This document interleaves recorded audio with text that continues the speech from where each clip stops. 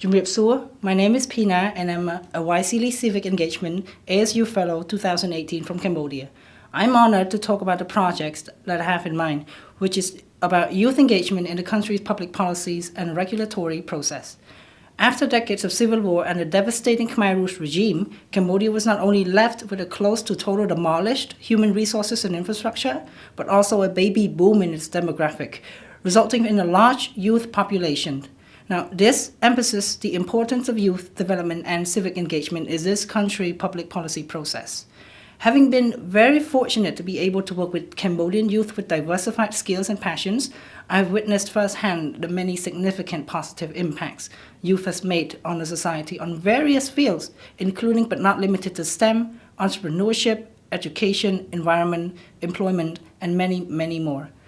I am always in awe on how the impact left by youth is special in its exponential effect, because the success of youth does not only affect the direct target audiences, but they also fill their fellow youth as stakeholders with inspiration and fill them with the will to lead and make their impact, that knowing deep down in their heart that they are capable of making changes just like their role model did. Now, with all these, one would have thought it's only logical to incorporate youth perspective into drafting and public policies. Yet, in many occasions, I've encountered frustration, disappointment from youth due to the lack of participation in the process, which is essentially what determines the direction and the well-being of a country's development. Now, like many others, I am a strong believer that youth opinion matters, and there is a need to be a way to incorporate youth dimension into the policies and regulation drafting and implementation process, because youth is not just the stakeholders of those policies, they are the future's leaders of the country. Now, in addition to this, according to the data of the United Nations Development Program, 65% of Cambodian population are youth. Further, from personal exposure with many talented youth with different skills and from different backgrounds, these young people do not want to be just passive recipients of the influence of those policies and regulations. They want to be the agents of their own change and development. And I believe they have the skills for that. Thus, lack of youth civic engagement in policies and regulations should be addressed.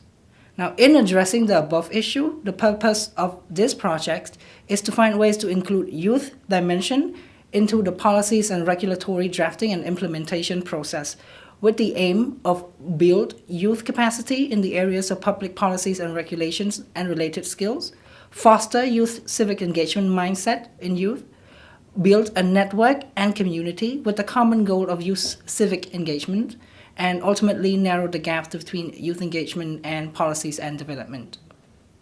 Now, the project will start in an initial form in the form of a dialogue, which is the platform that will serve as the basis for development and exchange of ideas on policies and regulations of a country. The target audience of the initial stage of this dialogue are youth that are interesting, working, or are exposing to public policies and regulatory process.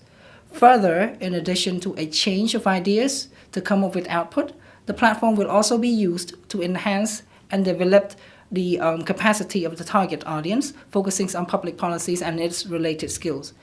For the resources of such capacity building program, it will be derived from a network of youth and professionals in the related fields, either of existing network as of now, or the one that is enabled by the yseali program.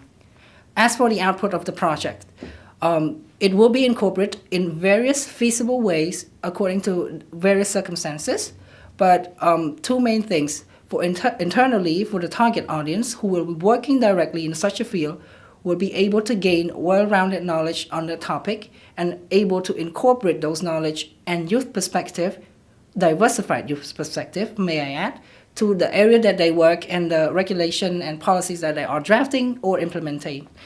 For external components, the project will aim to cooperate with other institutions, both in existing network or in the future. For example, the Ambassador Youth Councils, which is currently a prominent youth group acting as a counsel to the U.S. Ambassador to Cambodia, in ways that the output of the project will be able to add values to their work and also making network and expand to various institutions later.